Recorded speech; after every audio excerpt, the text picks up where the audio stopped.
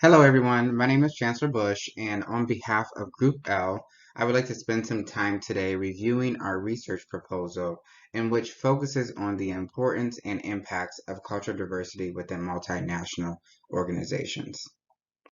In reflection to some of the organizational changes within the past year, I would say that COVID-19 caused many challenges within the global economy, and which has provided a learning opportunity for many organizations to be able to further enhance future business operations as well as HR procedures.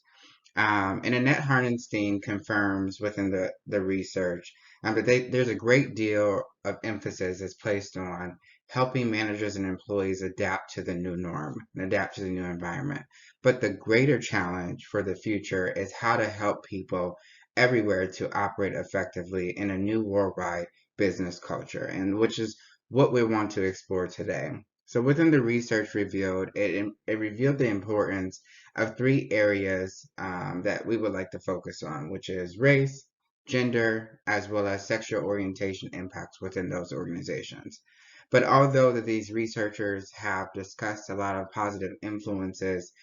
in reference of those three areas that they bring to the organization, we do feel that there is a missing component that is not often discussed, and which we would definitely like to review today. All right, so within the literature review portion, the team reviewed numerous articles to review the impacts of cultural diversity and inclusion within modern organizations today, in which many of those studies covered transformational, strategic, and supervisory leadership that engenders cultural diversity and inclusion within those organizations. And some of the critical moments that we were able to capture with doing this literature review was one, in July 1948, President Harry Truman issued an executive order to abolish discrimination based on race, religion, and national origin in the United States Armed Forces, which was definitely a big deal. And then moving on to the second one,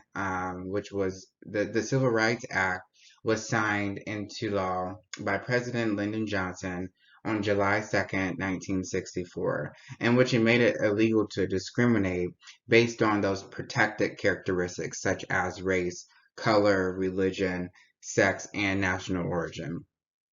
Also, another critical moment was in 1973, the American Psychiatric Association's Board of Directors passed a resolution to remove homosexuality as a listed mental illness.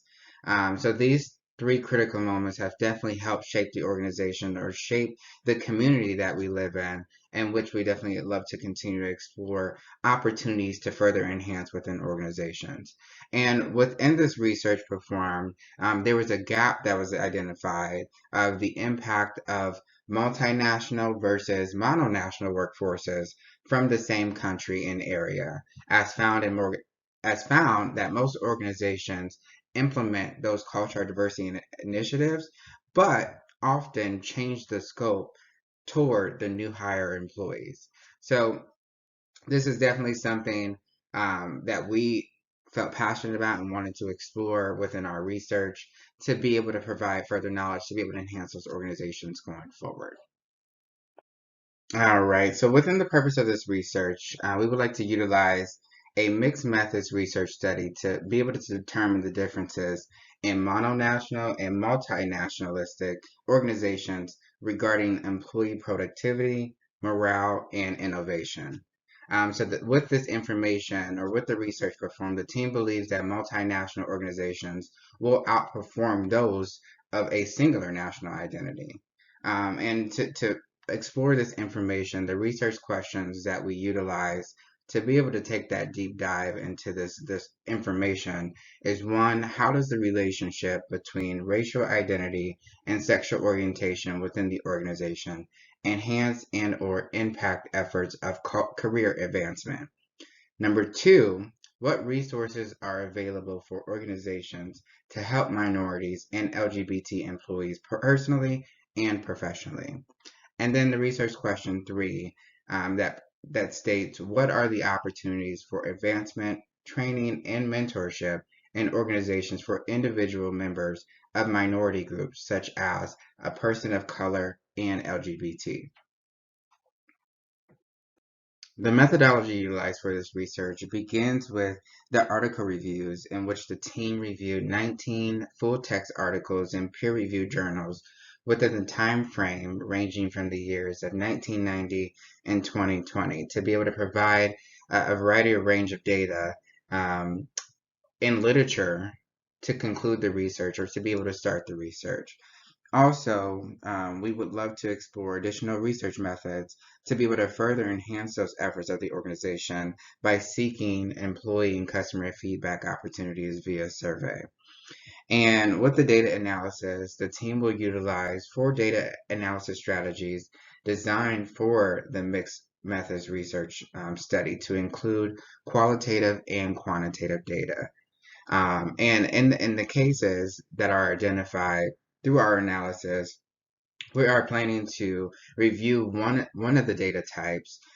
to be able to further review, such as looking at the qualitative data gathered within the survey feedback, and then doing further investigation through the analysis on the quantitative side, utilizing the data and information performed from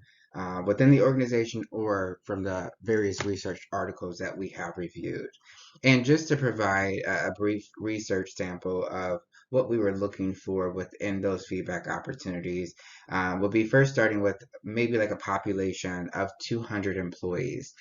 50 of those considered being on the manager level and 150 being their direct reports on the entry level portion of our employee side. But also wanting to engage some external feedback from our customers on how the company looks from a performance and diversity and inclusion standpoint.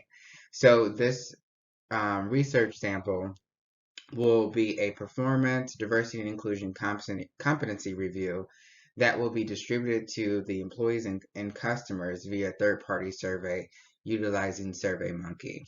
So the duration of this sample is going to be 90 days. So about 3 months for us to be able to do some reviews and gather enough data and information to be able to make those further actions for the organization, in which our team will do some continuous monitoring every 30 days to be able to create action plans, communication, and I'm sorry, to be able to create action plans and further communicate to our employees via monthly performance coaching sessions.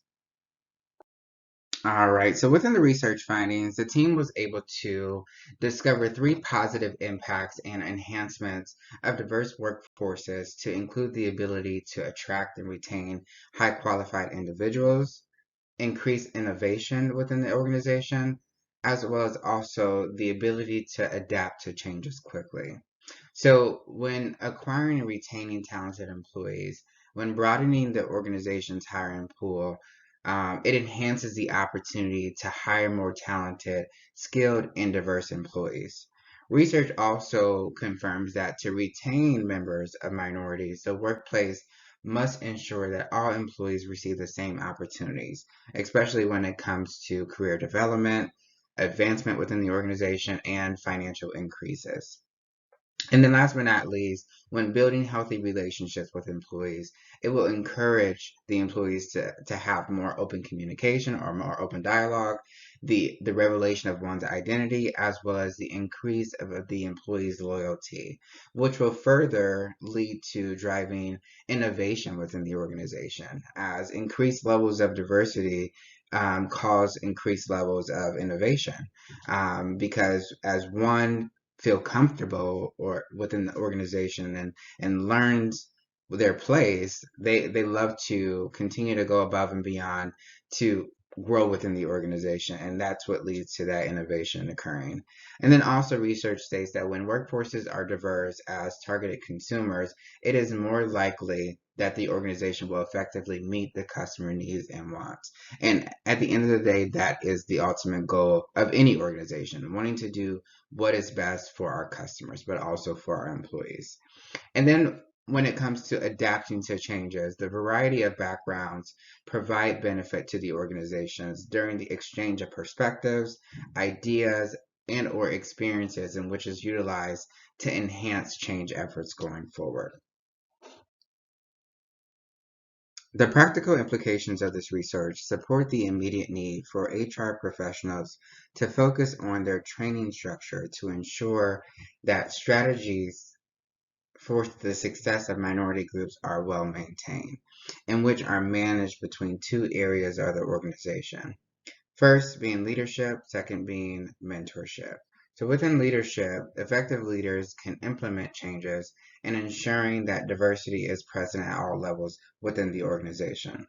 Also, empathetic leaders increase the level of belonging and value for employees of minority groups by placing themselves in other situations to be able to encourage inclusion efforts within the organization. And then also hiring individuals with similar perspectives of maximizing a diverse workforce that encourages inclusion and acceptance will further the organization's efforts of diversity and inclusion. And then within mentorship, research supports that they will help the organization become more structurally supportive of the employees. Also, the mentorship programs are proven to increase employee retention, job performance, and understanding of their role within the organization. So, in conclusion of this study, our goal was to bring light to many advantages of diverse workforces to provide for the further importance of why this is needed to drive the mission of the business. So again, thank you for your time today, and please feel free to reach out if you have any questions.